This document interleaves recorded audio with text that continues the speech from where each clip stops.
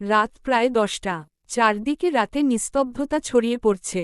হাসপাতালে এক করিডোরে একজন মানুষের আর্তনাদ শোনা যাচ্ছে। একজন মা তার ছেলে হারানোর বেদনায় কান্না করছে। পৃথিবীর সকল মায়া, ভালোবাসা, আবেগ তার কাছে এখন তুচ্ছ মরীচিকা। মৃত্যু কথাটা এই দুনিয়ার সবচেয়ে ভয়ঙ্কর আর সত্যি। পৃথিবীতে মানুষের বেঁচে থাকার কত প্রয়াস, সৌন্দর্য, রূপ আর অহংকারের মিথ্যা মায় তারা বন্ধী। কিন্তু সকল মায়া, মোহ, সম্পর্কের বন্ধন ছিন্ন করে একদিন মানুষ মৃত্যুর মুখে পতিত হবে। বহমান জীবন আর স্বার্থপর পৃথিবী ছেড়ে অজানা গন্তব্যর উদ্দেশ্য রওনা দিবে। হাসপাতালে করিডোরে কান্না করা এক মায়ের নাম রেহানা বেগম। যার সন্তানের মৃত্যুর খবর উনি শুনেছেন, সমস্ত হাসপাতাল জুড়ে এখন তার কান্নার আর্তনাদ শোনা যাচ্ছে। মায়ের ভালোবাসা কি অদ্ভুত, তাই না? যে সন্তানের সাথে গত 10 বছর যাবৎ উনি কথা বলেননি, যার মুখ দেখার ইচ্ছা প্রকাশ করেন নাই, আজ তার মৃত্যুর সংবাদ শুনে উনি পাগলের মতো কান্না করে যাচ্ছেন। মানুষ বেঁচে থাকলে তার প্রতি সকলের কত অভিযোগ, নিরপরাধ হয়েও ঘৃণার পায় হয়। কিন্তু মার যাওয়ার পর তার চরম সেও তার জন্য কান্না করে। সমাজের মানুষ তাকে ভালো লোক ছিল বলে সম্বোধন করে। ডক্টর অরণ্যর মৃত্যুর কথা বলে চলে যায়, রেহানা বেগম কান্না করছেন। অরুণা বেগম তাকে সান্ত্বনা দিয়ে যাচ্ছে। অন্যদিকে ডক্টরের কথা শুনে ইনা পাথরের ন্যায় শান্ত আর পাষাণ হৃদয়ের মানুষের মতো দাঁড়িয়ে রয়েছে। তার চোখ পানির বিন্দুর ফোঁটা দেখতে পাওয়া গেল না। ডক্টরের বলা কথা ইনায়ার কানে পৌঁছায়, কিন্তু তবুও সে নীরব। ডক্টরের বলা কথাটা আবার নিজের মনে আওড়াতে থাকে, তার অরণ্য কি সত্যি মৃত? ইনায়ার মনের মধ্যে থাকা কথার কোনো উত্তর জানা নেই তার। কিন্তু তার হৃদয়ে রক্তক্ষরণ হচ্ছে, প্রচুর ব্যথা করছে। সারা শরীর অবশ হয়ে যাচ্ছে, শক্ত হয়ে দাঁড়িয়ে থাকার শক্তি তার এখন নেই। ডক্টরের কথা শুনে মিলন সাহবে মাথায় হাত দিয়ে সিটে বসে পড়ে। অন্যদিকে ইভান ইনায়ার পিছনে দাঁড়িয়ে রয়েছে। ইনায়ার মনের অবস্থা ইভান বুঝতে পারে। ইনা তার পাশে থাকা দেয়ালে হাত রাখে। দেয়াল ধরে দাঁড়িয়ে থাকার মতো শক্তি তার শরীরে এখন নাই, শরীর ঠান্ডা হয়ে অবশ হয়ে যাচ্ছে। ইনা চোখের সামনে অন্ধকার দেখছে, অরণ্যর হাস্যকর মুগ্ধতায় ভরা চেহারা বারবার ভেসে উঠছে। ইনায়ার চোখ ধীরে ধীরে বন্ধ হয়ে যায়, সে পড়ে যাবে তার আগেই ইভান ছুটে আসে তার কাছে।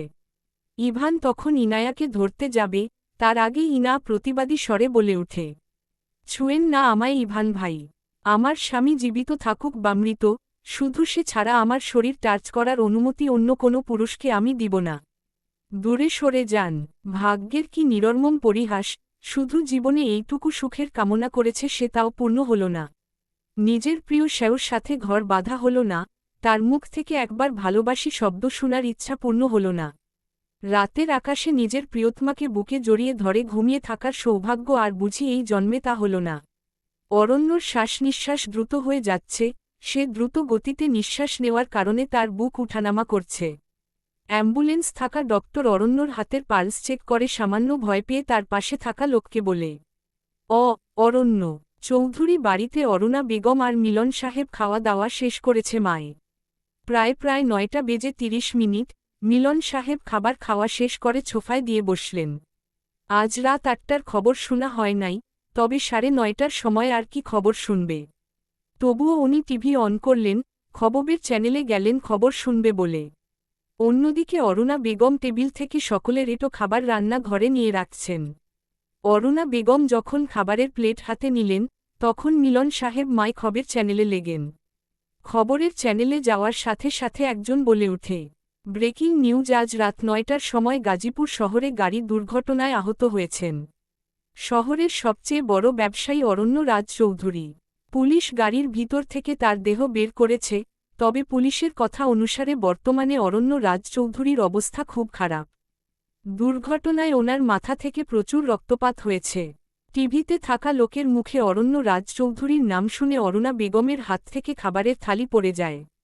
মিলন সাহেব সোফা থেকে উঠে বসে পড়ে, অরুণা বেগম টিভির দিকে তাকিয়ে দেখে সেখানে অরণ্য রাজ চৌধুরী নামটা জল জল করছে এবং অরণ্যর ছবি রয়েছে। অরুণমা বেগম পাশে থাকা চেয়ার শক্ত করে ধরে বলে, মিলন অরণ্য। মিলন চৌধুরীর নিজের কানকে বিশ্বাস করতে পারছে না, এমন হঠাৎ করে অরণ্যর অ্যাক্সিডেন্ট হয়ে যাওয়ার কথা শুনে উনি সম্পূর্ণ শোকড। নাতাশা সিঁড়ির মধ্যে দাঁড়িয়ে সব শুনেছে, সে তাড়াতাড়ি করে ইভানের রুমের দিকে ছুটে যায়। রুমের মধ্যে অন্ধকার করে বসে আছে ইভান।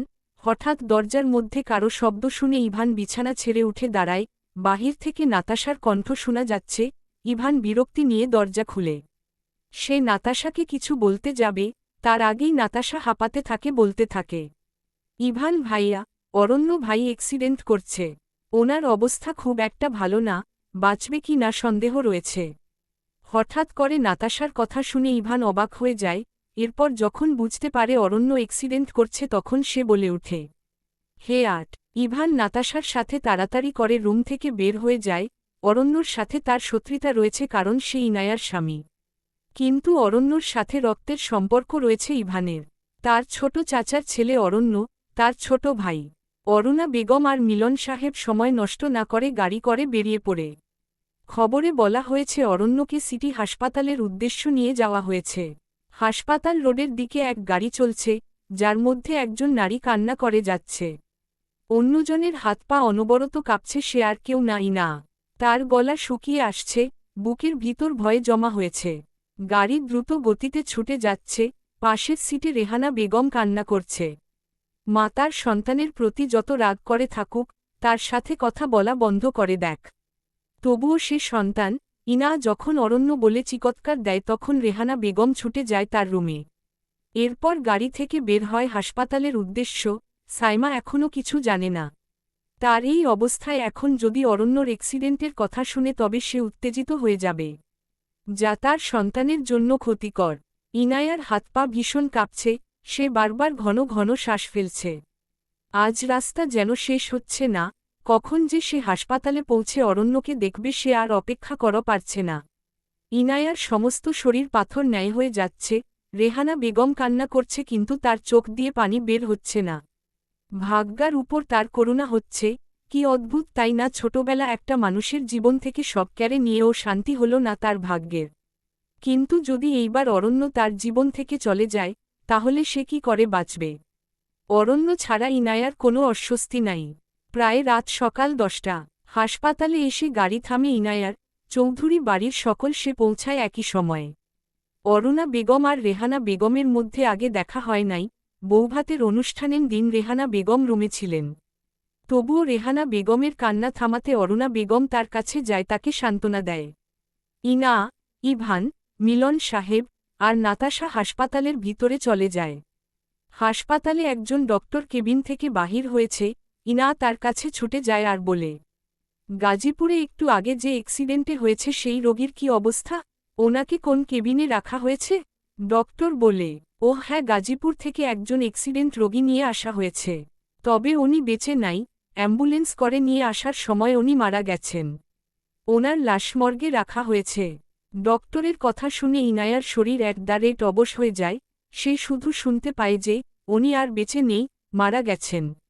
ইনায়ার শরীর অবশ হয়ে পড়ে যেতে যাবে, তার আগেই ইভান তাকে ধরে বলে, ইনা। ইনা শুধু মৃদুস্বরে উচ্চারণ করে, আমার অরণ্য মারা গেছে। জীবন এতটাই অনিশ্চিত যে শেষ কথা, শেষ দেখা হবার আগেই মানুষ হাতের নাগালের বাহিরে চলে যায়। রাত প্রায় 10টা। চারদিকে রাতে নিস্তব্ধতা ছড়িয়ে পড়ছে। হাসপাতালে এক করিডোরে একজন মানুষের আর্তনাদ শোনা যাচ্ছে। একজন মা তার ছেলে হারানোর বেদনায় কান্না করছে। পৃথিবীর সকল মায়া, ভালোবাসা, আবেগ তার কাছে এখন তুচ্ছ মরীচিকা। মৃত্যু কথাটা এই দুনিয়ার সবচেয়ে ভয়ঙ্কর আর সত্যি। পৃথিবীতে মানুষের বেঁচে থাকার কত প্রয়াস, সৌন্দর্য, রূপ আর অহংকারের মিথ্যা মায় তারা বন্ধী। কিন্তু সকল মায়া, মোহ, সম্পর্কের বন্ধন ছিন্ন করে একদিন মানুষ মৃত্যুর মুখে পতিত হবে। বহমান জীবন আর স্বার্থপর পৃথিবী ছেড়ে অজানা গন্তব্যর উদ্দেশ্য রওনা দিবে। হাসপাতালে করিডোরে কান্না করা এক মায়ের নাম রেহানা বেগম, যার সন্তানের মৃত্যুর খবর উনি শুনেছেন। সমস্ত হাসপাতাল জুড়ে এখন তার কান্নার আর্তনাদ শোনা যাচ্ছে। মায়ের ভালোবাসা কি অদ্ভুত তাই না? যে সন্তানের সাথে গত 10 বছর যাবৎ উনি কথা বলেননি, যার মুখ দেখার ইচ্ছা প্রকাশ করেন নাই, আজ তার মৃত্যুর সংবাদ শুনে উনি পাগলের মতো কান্না করে যাচ্ছেন। মানুষ বেঁচে থাকলে তার প্রতি সকলের কত অভিযোগ, নিরপরাধ হয়েও ঘৃণার পায় হয়। কিন্তু মার যাওয়ার পর তার চরম সেও তার জন্য কান্না করে। সমাজের মানুষ তাকে ভালো লোক ছিল বলে সমম্বোধন করে।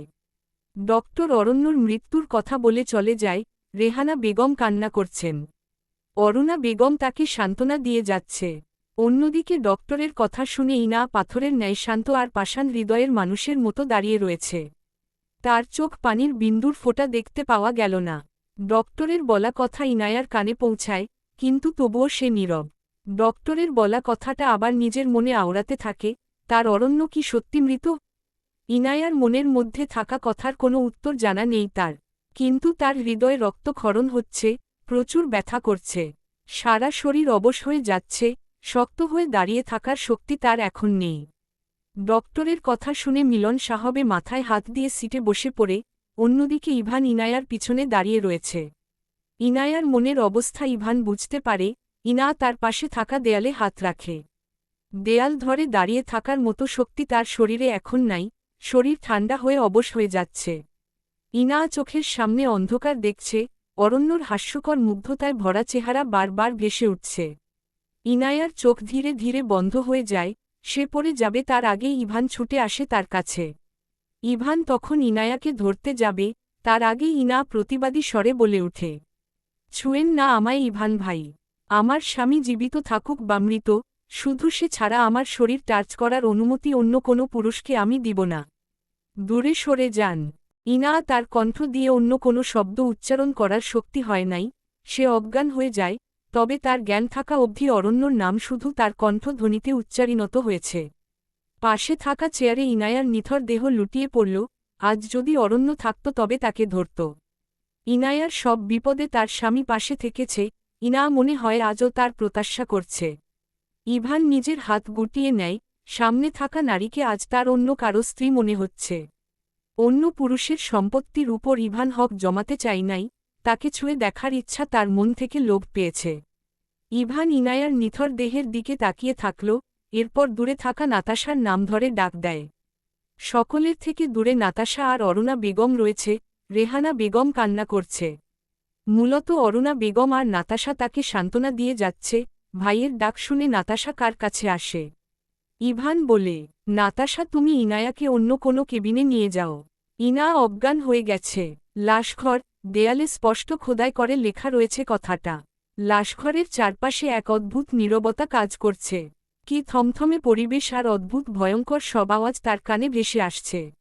ব্যাককোট ব্যাককোট লাশঘরের ব্যাককোট সামনে একজন দারোয়ান বসে রয়েছে, তার হাতে একটা লাঠি। দারোয়ান কম তাকে দেখে কোনো ভয়ঙ্কর পিশাচ মনে হচ্ছে। দারোয়ান সামনে থাকা দুইজন পুরুষ আর একজন নারীর দিকে দৃষ্টিপাত করে। এরপর গম্ভীর স্বরে বলে, কে আপনারা? কোনো মানুষ মারা গেছে আপনাদের? লাশ লাগব? দারোয়ানের গম্ভীর ভাষায় বলা কথা শুনে ইভান সামান্য ভয় পায়। জীবনে তার অনেক অভিজ্ঞতা রয়েছে, বহু দেশ, শহর ভ্রমণ করেছে। কিন্তু আজ প্রথম লাশঘর নামে এক অদ্ভুত জায়গায় তাকে আসতে হয়েছে। তার পাশে রয়েছে মিলন সাহেব আর নাতাশা। হাসপাতালে এক ফাঁকা রুমে অজ্ঞান হয়ে যাওয়া ইনা শুয়ে রয়েছে, তার শরীর দুর্বল, ডক্টর তাকে ভিটামিন জাতীয় ইনজেকশন দিয়েছে। আর রেহানা বেগম এখনও কান্না করে যাচ্ছেন, অরুণা বেগম তাকে সান্ত্বনা দিচ্ছে। হাসপাতালে থাকা এক ওয়ার্ডবয় বলেছে, মৃত ব্যক্তির লাশ মর্গে রাখা হয়। যার জন্য ইভান চৌধুরী আর মিলন সাহেব এখানে এসেছে, অরণ্যর পরিবারে কোনো পুরুষ সদস্য নাই। নাতাশা তাদের সাথে এসেছে, যদি কোনো খারাপ সংবাদ হয় তাহলে তার বাবাকে সামলাতে হবে।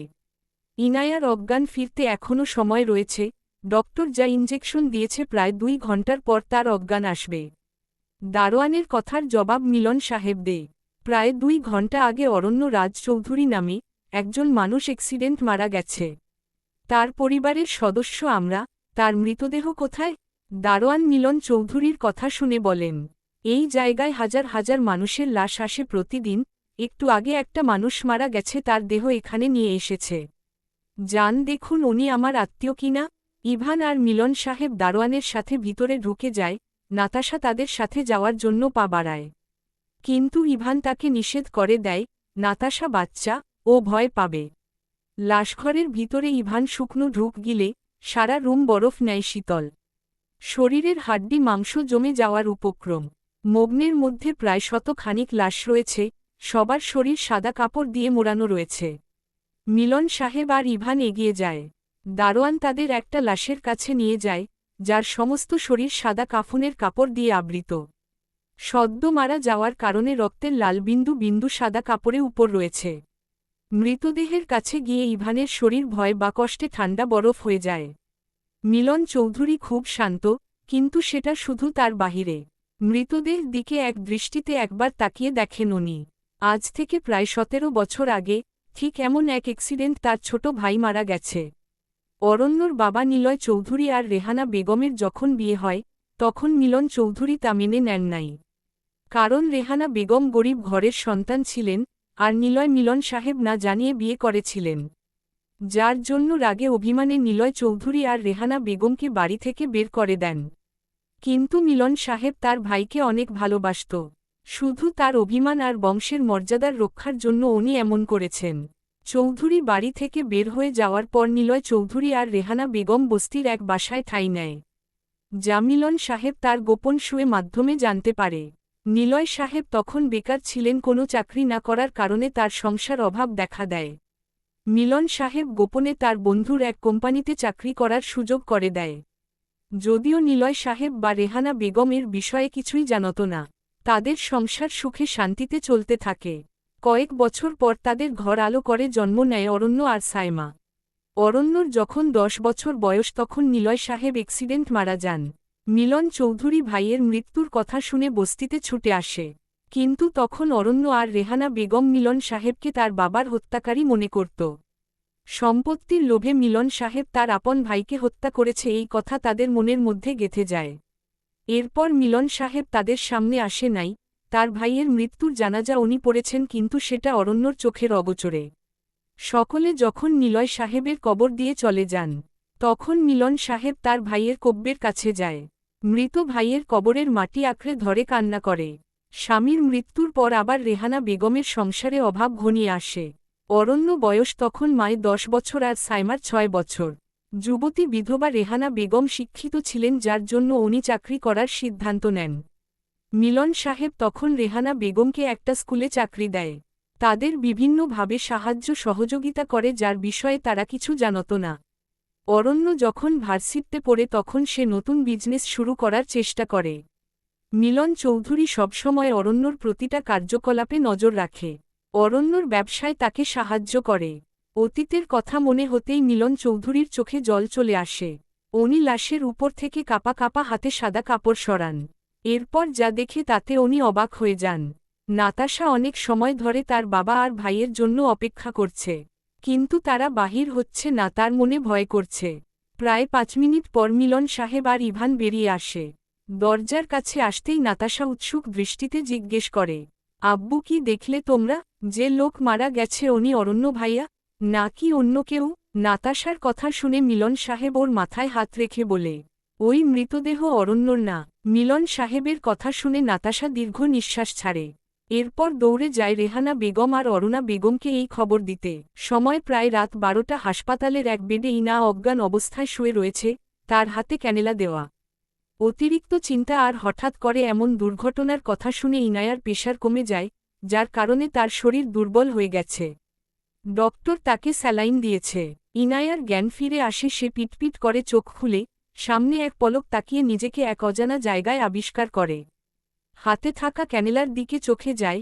এরপর অরণ্যর অ্যাক্সিডেন্টর কথা তার মনে পড়ে। ডক্টরের মুখে অরণ্যর মৃত্যুর কথা শুনে সে অজ্ঞান হয়ে গেছে। অরণ্যর কথা মনে পড়তেই ইনা চিৎকার দিয়ে উঠে বলে, অরণ্য, অরণ্য, আমার অরণ্য কোথায়? আমি অরণ্যর কাছে যাব। ইনায়ার চিৎকার শুনে বাহিরে থাকা ইভান কেবিনের ভিতরে আসে।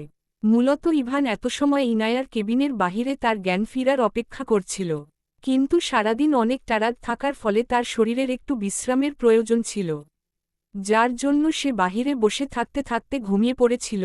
হঠাৎ করে ইনায়ার কণ্ঠ শুনে তার ঘুম ভেঙে যায়। ইনা বেড থেকে নেমে যায়, তার হাতে থাকা ক্যানেলা জোরে টান দিয়ে খুলে ফেলতে যাবে, তখন ইভান তার কাছে ছুটে আসে।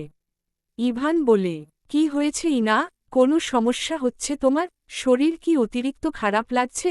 ডক্টরকে ইনফর্ম করব? ইভানের কোনো কথা ইনায়ার কানে যায় না, তার চোখ শুধু অরণ্যকে খুঁজে যাচ্ছে। ইভান ইনায়ার কাছে যাওয়ার কারণে সামান্য পিছিয়ে দূরত্ব বাড়ায় ইভানের সাথে। ইনা বলে, অরণ্য কোথায়? আমি অরণ্যকে দেখব, ওর কাছে নিয়ে যান আমাকে ইভান ভাই। ইনায়ার কণ্ঠে অরণ্যর নাম শুনে ইভান মৃদু হাসে। তার হাসির মধ্যে সকল বিষাদের বেদনা জড়িয়ে রয়েছে, সে তার প্রাণপ্রিয় প্রেয়সীকে হারিয়ে ফেলেছে। সারা জীবনের জন্য সে অন্য কারো হয়ে গেছে। ভালোবাসার যুদ্ধে ইভান আজ পরাজিত সৈনিক। শত দুঃখ তার কষ্ট অন্তরে লুকিয়ে রেখে ইভান শান্ত স্বরে জবাব দেয়, তোমার অরণ্য বেঁচে আছেই না। যাকে তুমি তোমার সমস্তটা দিয়ে ভালোবাসো, সেই ভালোবাসার মানুষ জীবিত রয়েছে। অরণ্যর বেঁচে থাকার কথা শুনে ইনায়ার হৃদয় জুড়ে প্রশান্তিতে ভরে যায়। তার সকল চিন্তা আর উন্মাদনা শান্ত হয়ে যায়। সে হাসি মুখে বলে, সত্যি বলছেন ইভান ভাই, অরণ্য সুস্থ হয়ে গেছে। কোথায় অরণ্য? ওর কাছে নিয়ে যান আমাকে। অরণ্যকে দেখব আমি। ইনায়ার হাসি মুখ দেখে ইভানের মুখে তাচ্ছিল্যের হাসি ফুটে ওঠে। আজ থেকে ইনায়ার উপর সকল অধিকার তার মিথ্যা। অন্য পুরুষের ভালোবাসার মানুষ আর বউয়ের প্রতি অনুভূতি তার মনে আর রাখবে না ইভান। তাদের মধ্যে থাকা সকল সম্পর্ক শেষ। তার চাচাতো ভাইয়ের প্রতি মনে আবেগ জমিয়ে রাখা তার জন্য পাপ। নিজের জীবন থেকে ইনা নামক মানুষটার ভালোবাসকে হারাম বলে দূরে সরিয়ে রাখে। ইভান বলে, চলেন ইনা, আপনার অরণ্যর কাছে যাব আমরা। রাত দুপুর 12টা বেজে 10 মিনিট। হাসপাতালে এক কেবিনের সামনে পায়চারি করছেন মিলন সাহেব। তার মুখে চিন্তা, ভয়, কষ্ট সবকিছুর ছাপ রয়েছে। কেবিনের ছোট জানলা দিয়ে ভিতরে থাকা রোগীর মুখ দেখার প্রয়াস করে যাচ্ছে। লাশঘর থেকে যখন মিলন সাহেব আর ইভান বেরিয়ে আসে, তখন এক ডক্টরের সাথে তাদের দেখা হয়। ডক্টর জানান অরণ্য রাজ চৌধুরীকে অ্যাক্সিডেন্টের পর তাকে এই কেবিনের সামনে রাখা রয়েছে যেখানে উনি দাঁড়িয়ে রয়েছেন। তার অবস্থা খুব খারাপ, মাথা থেকে প্রচুর রক্তক্ষরণ হয়েছে। শরীরের বিভিন্ন জায়গায় আঘাত লেগেছে। অরণ্যর অবস্থা প্রতিনিয়ত খারাপ হচ্ছে। অরণ্যর কেবিনের সামনে উপস্থিত হয় ইনা, তার সাথে রয়েছে ইভান আর নাতাশা। রেহানা বেগম আর অরুণা বেগম এখন বাসায় গেছেন। নাতাশা তাদের মিথ্যা সান্ত্বনা দিয়েছে যে অরণ্য সুস্থ হয়ে গেছে। কারণ রেহানা বেগম অতিরিক্ত কান্না করার ফলে অসুস্থ হয়ে পড়েন। ইনা দ্রুত এগিয়ে আসে কেবিনের কাছে, এরপর বলে, ভালো বাবা, অরণ্য কোথায়? ডক্টর কি বলেছে? মিলন সাহেব মুখ গম্ভীর করে বলে, অরণ্যর অবস্থা ভালো না রে ইনা, ওর মাথায় অনেক আঘাত পেয়েছে। ডক্টর কেবিনের ভিতর গিয়েছে, এখনেন বের হন নাই। মিলন সাহেবের কথা শুনে ইনায়ার প্রত্যাশিত মুখ চুপসে যায়, তার চোখ শান্ত হয়ে যায়। মনের মধ্যে জ্বলে উঠা আশার প্রদীপ আবার ঘন কালো মেঘে ঢেকে যায়। ইনায়ার চোখের মনি শান্ত, তার কানে শুধু ভেসে উঠে একটা কথা, তার অরণ্য ভালো নেই। ইনা কথাটা মনে আওড়ালো অল্প সময়, এরপর কেবিনের দরজার সামনে যায়। কেবিনের ভিতরে থাকা 10-12 জন ডক্টরের মধ্যে তার চোখ যায় এক নিথর দেহের দিকে। ইনায়ার মনটা বড্ড বেসামাল হয়ে যাচ্ছে, তার স্বামী নামক মানুষটার মুখটা একবার দেখার জন্য। কিন্তু চারপাশে ডক্টররা ঘিরে রয়েছে, যার কারণে সে অরণ্যকে দেখতে পায় নাই। তবে শুধু অরণ্যর হাতটা দেখে সে, ডক্টর তার হাতে জমে থাকা রক্ত পরিষ্কার করছে। ইনা চাতক পাখির ন্যায় দীর্ঘ সময় অরণ্যর রক্তমাখা হাতের দিকে তাকিয়ে থাকে। প্রায় 10 মিনিট পর ডক্টর বের হয়ে আসে। মিলন সাহেব বলে, ডক্টর, অরণ্যর অবস্থা কেমন? ও কি সুস্থ হয়ে যাবে? ডক্টর বলে, দেখুন আমরা চেষ্টা করছি, কিন্তু ওনার মাথার আঘাতটা খুব ভয়ঙ্কর, মাথার ভিতরে রক্ত জমে গেছে। আজ রাতের মধ্যে যদি অপারেশন না করা হয়, তবে ওনাকে বাঁচানো অসম্ভব। তাহলে অপেক্ষা কেন করছেন ডক্টর? অপারেশন শুরু করেন, যত টাকা লাগবে তত দিব। কিন্তু অরণ্য যেন কিছু না হয়। টাকার কোনো সমস্যা হবে না সেটা আমি জানি। তবে অ্যাক্সিডেন্ট, অরণ্যর শরীর থেকে অনেক রক্ত বের হয়ে গেছে। রাত প্রায় 12টা, এমন সময় কোনো রক্তদান সেন্টার খোলা থাকবে না। আর ও পজিটিভ রক্ত খুঁজে পাওয়া মুশকিল। ডক্টরের কথা শুনে ইভান বলে উঠে, ডক্টর, আমার রক্ত ও পজিটিভ। যদি কোনো সমস্যা না থাকে তবে আমি রক্ত দিতে চাই। ইভানের রক্ত দেওয়ার কথা শুনে ইনা অবাক হয়। যে ইভান অরণ্যর নাম অবধি শুনতে পেত না, সে তার জন্য রক্ত দিবে। রক্তের সম্পর্ক বুঝি এমনই হয়, শত ভুল রাগ অভিমান থাকুক না কেন, বিপদে আপদে একে অন্যর সাহায্য অবশ্যই করে। ইনা কথাটা ভেবে শত কষ্টের মধ্যে ভালো লাগে। ইভান রক্ত দেয় যতই হোক তার ছোট ভাই অরণ্য। আর অরণ্যর সাথে তার শত্রুতা কি নিয়ে থাকবে? নিজের ভুল আর জিদের কারণে ইনায়াকে সে হারিয়ে ফেলেছে। অন্য তার ছুঁড়ে ফেলে দেওয়া জিনিসকে যত্ন করে আগলে রেখেছে, তাকে ভালোবাসা দিয়েছে। রাত 12টার সময় হাসপাতালে অরণ্যর অপারেশনের জন্য প্রায় 6 থেকে 7 জন ডক্টরকে দেখে অবাক হয় ইনা। এত রাতে গ্রাম বা শহরের যে কোনো জায়গায় ডক্টর পাওয়া মুশকিল, সেখানে প্রায় 6 জন ডক্টর উপস্থিত রয়েছে। ডক্টরদের দেখে মনে হচ্ছে তারা প্রত্যেকে অনেক হাই কোয়ালিফাই, আর এর মধ্যে বেশ কয়েকজন বিদেশি ডক্টর। যেন মনে হচ্ছে অ্যাক্সিডেন্টের ঘটনার বিষয়ে তার আগে থেকেই জানত, সব পূর্ব পরিকল্পনা। ইনা কতটা আর ভাবে না, অপারেশনের উপর মনোযোগ দেয়। রাত প্রায় 1টার দিকে অরণ্যর অপারেশন সম্পূর্ণ হয়। ইনায়ার চোখে ঘুম নাই, শুধু ইনা না প্রত্যেকে জেগে রয়েছে।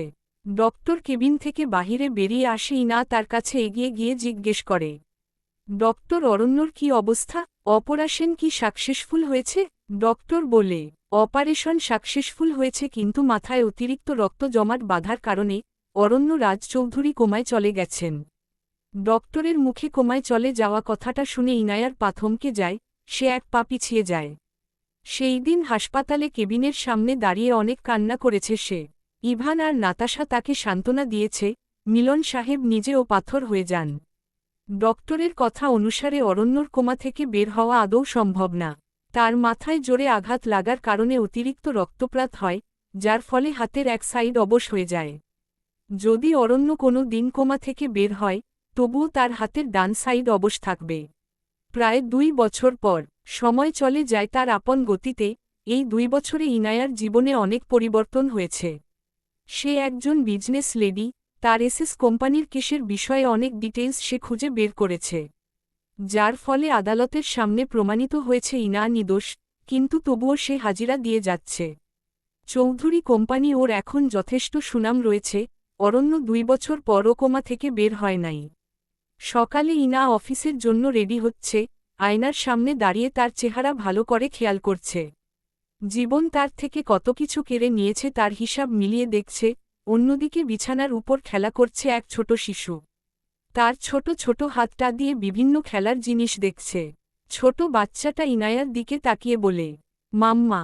ইনায়ার ভাবনার মাঝে হঠাৎ বাচ্চার কথা শুনে বিছানার কাছে যাজ, এরপর তাকে কোলে তুলে নিয়ে বলে, কি হয়েছে আমার আম্মুটার? মাম্মা। ইনায়ার কোলে থাকা বাচ্চা তার ছোট ছোট হাত দিয়ে ইনায়ার মুখে আঘাত করছে। এতক্ষণ ইনা আয়নার সামনে দাঁড়িয়ে রেডি হয়েছে, তাকে কোলে নিয়ে আদর করেনি, যার কারণে তার অভিমান বা রাগ হয়েছে। তাদের দুইজনের খুনসুটির মধ্যে রুমে প্রবেশ করে সাইমা। সাইমা কোমরে হাত দিয়ে বলে, আয়ান তুমি সকালে ঘুম থেকে উঠে মামির রুমে চলে এসেছ? মামি অফিসে যাবে, রেডি হতে দাওশো না? সাইমা কথাটা বলে এগিয়ে আসে ইনা আর আয়ানের কাছে, এরপর আয়ানকে হাত বাড়িয়ে তার কোলে যাওয়ার জন্য ডাকে। কিন্তু আয়ান আরও শক্ত করে ইনায়াকে জড়িয়ে ধরে, সে তার মাম্মাকে ছেড়ে যাবে না। আয়ানের এমন কাণ্ড দেখে ইনা আর সাইমা দুইজনে হেসে ওঠে।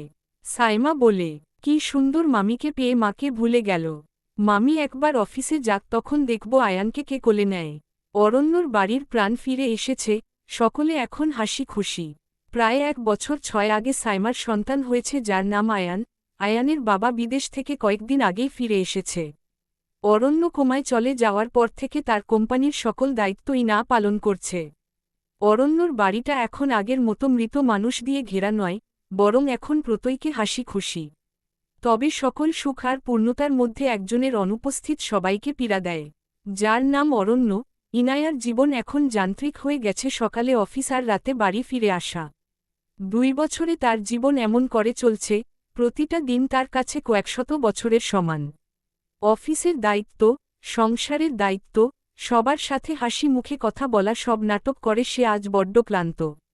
একটু ভালোবাসার কাঙাল সে, তবে ইনায়ার অন্তের চাওয়া পাওয়া তার অন্তেরই দাফন করে সকলে মিথ্যা ভালো থাকার নাটক করে যাচ্ছে।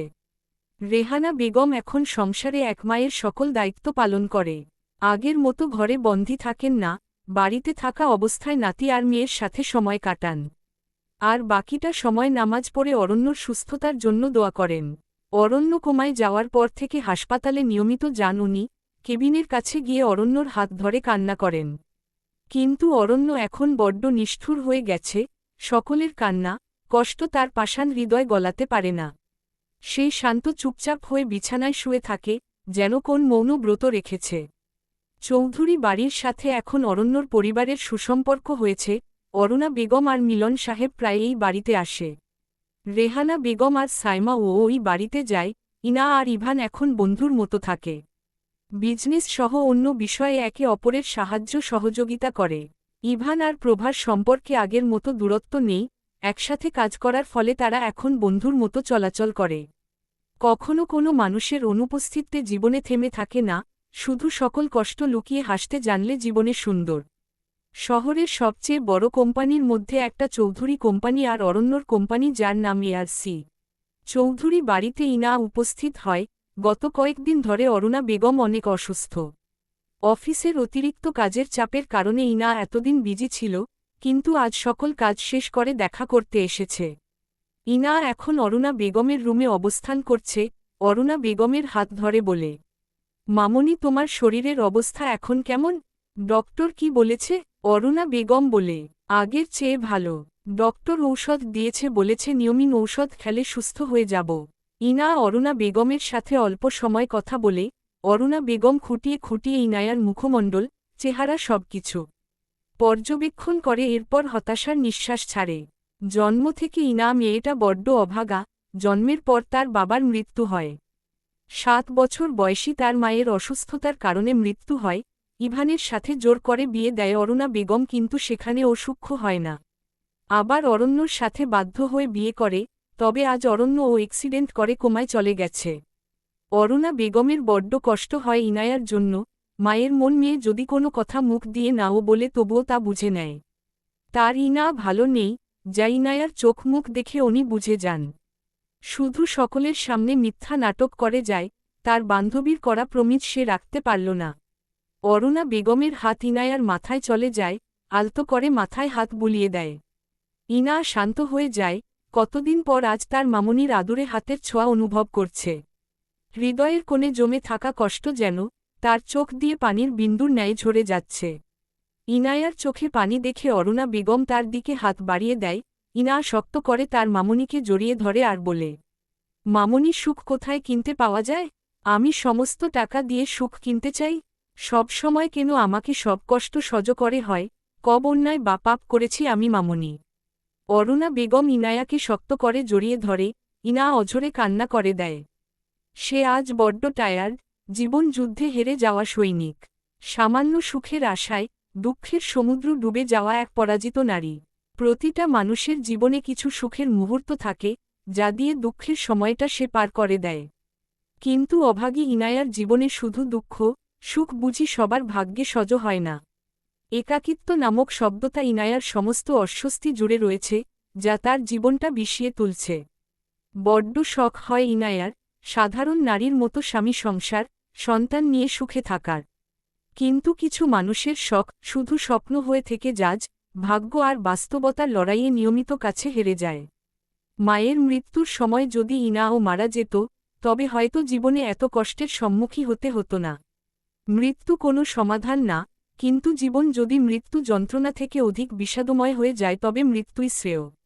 প্রায় 1 ঘণ্টা অরুণা বেগমের সাথে সূক্ষ্ম দুঃখ সহ সব বিষয় নিয়ে কথা বলেই না। তারপর রুম থেকে বের হয়ে যায়। অফিসের কাজে ইভানের সাথে কিছু গুরুত্বপূর্ণ কথা আছে তার।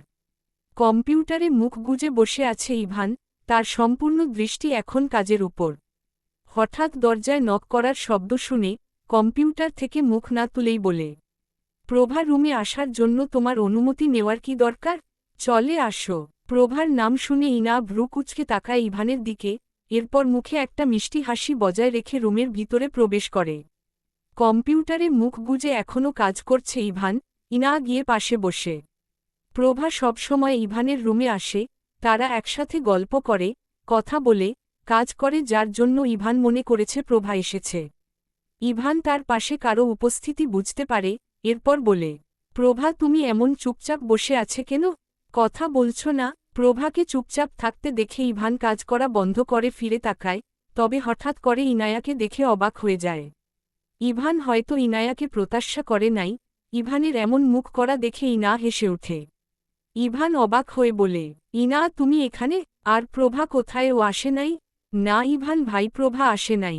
কিন্তু ইভান ভাই, মনে হয় আপনি প্রভার জন্য অনেক সময় ধরে অপেক্ষা করছেন। ইনায়ার কথায় ইভান থতমত খেয়ে যায়। ইভান বলে, না, এমন কোনো বিষয় না। আসলে প্রভা বিকালে আমার রুমে আসে, কাজের বিষয়ে জানার জন্য এই জন্য মানে আসলে মামনির অসুস্থতার জন্য কয়েকদিন ধরে আসতে চাই, কিন্তু কাজের প্রেসারে আসা হয় নাই, যার জন্য আজ চলে আসলাম। আর অফিসে কাল মিটিং রয়েছে, যার জন্য এসেছি। ওকে। ইনা আর ইভান অফিসের মিটিং বিষয়ে গুরুত্বপূর্ণ কথা বলছে। প্রায় 10 মিনিট পর কথা বলা শেষ হয়। ইনাজা আর ইভানের মধ্যে এখন কোনো ধরনের ভালোবাসার সম্পর্ক নাই। ইভান এখন তার কাজ আর ব্যক্তিগত জীবন নিয়ে বিজি। ইভান জানে ইনা কখনো অরণ্যর জায়গায় অন্য কোনো পুরুষকে দিতে পারবে না। অসম্ভবের প্রতি অসম্ভব টান রেখে লাভ। যে মানুষ তোমার ভাগ্যে নাই, তার জন্য বৃথা চেষ্টা করার কোনো প্রয়োজন নাই। ইনা ইভানের থেকে বিদায় নিয়ে রুম থেকে বের হয়ে যায়। চৌধুরী বাড়ির সিঁড়ি দিয়ে নিচে নেমে যাচ্ছে ইনা, উদ্দেশ্য তার এখন হাসপাতালে যাওয়া। ইনা যখন সিঁড়ি দিয়ে নিচে নামবে তার আগেই একজন পিছন থেকে বলে ওঠে, বিবাহিত মেয়ে মানুষ হয়ে ও অন্য ছেলের রুমে এতক্ষণ থাকা কোন ভদ্রনারীর কাজ? জামাই হাসপাতালে ভর্তি মোড়ে তো যায় নাই? হঠাৎ এমন কথা শুনে ইনা দাঁড়িয়ে যায়। চৌধুরী বাড়িতে এমন কথা তাকে কে বলতে পারে সেটা সে জানে। প্রতিটা কথায় ইনায়ার চরিত্র নিয়ে কথা বলেছে, যা কারণে ইনায়ার আত্মসম্মানে লেগে যায়। যত তুমি চুপ করে সব সহ্য করবে, ততই মানুষ তোমাকে দুর্বল ভেবে তোমার সাথে খারাপ ব্যবহার করবে। ইনায়াকে এতক্ষণ কথা শোনানো মহিলা আর অন্য কেউ না, প্রভার মা। বিদেশে এতদিন থাকার পরও যে একটা মানুষের মন মানসিকতা এতটা নিচু হতে পারে সেটা ওনাকে না দেখে জানত না ইনা। চৌধুরী বাড়িতে না আসার অন্যতম একটা কারণ হলেন উনি মহিলা, অতিরিক্ত ফাজিল আর অভদ্র। প্রায় একমাত্র আগেই উনি বিদেশ থেকে চৌধুরী বাড়িতে এসে উপস্থিত হয়েছেন। প্রভা যতটা ভদ্র আর শান্ত, তার মা ঠিক ততটাই অভদ্র আর বেয়াদব। এত বয়স হয়ে যাওয়ার পরও কোথায় কোন কথা বলতে হবে, এর ন্যূনতম জ্ঞান বা বুদ্ধি ওনার নেই। প্রভার মা শায়লা বেগম ইনায়াকে একদম সহ্য করতে পারে না, যার কারণ হয়তো ইভান আর ইনায়ার বিয়ের ঘটনা। নিজের মেয়ের সাথে ইভানের বিয়ে দিতে চান উনি। ইনা পিছনে ফিরে শায়লা বেগমের দিকে তাকিয়ে বলে, মিসেন শায়লা বেগম, আপনি এই বাড়ির অতিথি আর আমার মামনির বান্ধবী, যার জন্য আপনাকে আমি সম্মান করি। কিন্তু ইনায়ার চরিত্র নিয়ে যদি কেউ কথা বলে, তবে ইনা তাকে ছেড়ে দেয় না। যথেষ্ট বয়স হয়েছে, আপনার কোথায় কোন কথা বলতে হবে সেটা আপনার নিশ্চয়ই জানা রয়েছে। ইনায়ার কথায় শায়লা বেগম হাসে, এর মেয়ের সাথে তার শত্রুতা নেই। কিন্তু ইভান আর প্রভার বিয়ের সবচেয়ে বড় বাধা ইনা। স্বামীর অসুস্থতার সুযোগ নিয়ে অন্য পুরুষের সাথে সময় কাটায় সে। প্রভা খুব সহজ সরল মেয়ে, যার কারণে ইনায়ার এইসব জঘন্য খেলার বিষয়ে সে ধারণা করতে পারে না। কিন্তু শায়েলা বেগম ইনায়াকে ছেড়ে দিবেন না, অসম্ভব। শায়েলা বেগম বলে, যার চরিত্র ঠিক নাই, সে আবার চরিত্র নিয়ে কথা বলছে। প্রায় 10 মিনিট আগেই ইভানের রুমে গেলে, জামাই হাসপাতালে ভর্তি, এই জন্য অন্য পুরুষের সাথে। শায়েলা বেগম কথাটা শেষ করার আগেই ইনা তার দিকে রাগী দৃষ্টিতে তাকিয়ে দেখে। এরপর তেজদীপ্ত কণ্ঠে বলে, ভদ্র ভাষায় কথা বলেন আন্টি।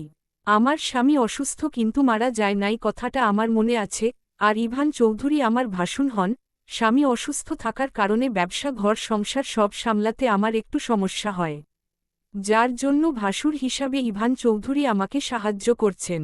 সো ভদ্র ভাষায় কথা বলেন। শায়েলা বেগম ইনায়ার এমন রাগ দেখে ভয় পান, তবুও উনি বলেন, ইনা, তুমি শুধু টাকার জন্য ইভানের সাথে অবৈধ সম্পর্কে জোড়াতে চাও? ইনায়ার ইচ্ছা করছে মহিলাকে থাপ্পড় দিতে, কিন্তু সে বয়স্ক মহিলার গায়ে হাত তুলতে পারবে না। ইনা বলে, শুনুন আন্টি, টাকার দরকার তার রয়েছে যে আপনার মতো এমন ছোট লোক। এই ইনা রাজ চৌধুরী, টাকার প্রয়োজন নাই। শহরের সবচেয়ে বড় বিজনেসম্যান আমার স্বামী, আর সে যা টাকা রেখে গেছে সেটা দিয়ে আপনার মতো এমন 10টা নষ্ট মহিলাকে কিনা যাবে। আর আমি এই বাড়ির বউ, যদি এখনই মামনিকে আপনার বলা ব্যবহারের কথা বলি তাহলে ঘাড় ধাক্কা দিয়ে বের করে দিবে বাড়ি। সো নেক্সট টাইম ভদ্রতা আর অসভ্যতা শিখে আমার সাথে কথা বলবেন, না হলে থাপ্পড় দিয়ে শিখিয়ে দিব, মনে রাখবেন। শায়েলা বেগম কিছু বলতে যাবে, এর আগেই ইনা সিঁড়ি দিয়ে নিচে চলে যায়। হাসপাতাল এখন সময় 7টা, বাহিরে মাগরিবের আজান শোনা যাচ্ছে। কেবিনের মধ্যে হঠাৎ অরণ্যর হাত সামান্য নড়ে ওঠে। প্রায় 2 বছর পর অরণ্যর চোখ খুলে যায়, পিটপিট করে চোখ খুলে দেখে নিজেকে হাসপাতালে বেডে আবিষ্কার করে। অরণ্য মাথায় ব্যথা করছে। সামনে থাকা দেয়ালঘড়ির মধ্যে রাত 7টা বাজার বেল বেজে উঠছে। ঘড়ির নিচে তারিখ আর সাল রয়েছে। অরণ্য সালটা দেখে অবাক হয়ে বলে, হোয়াট দ্য হেল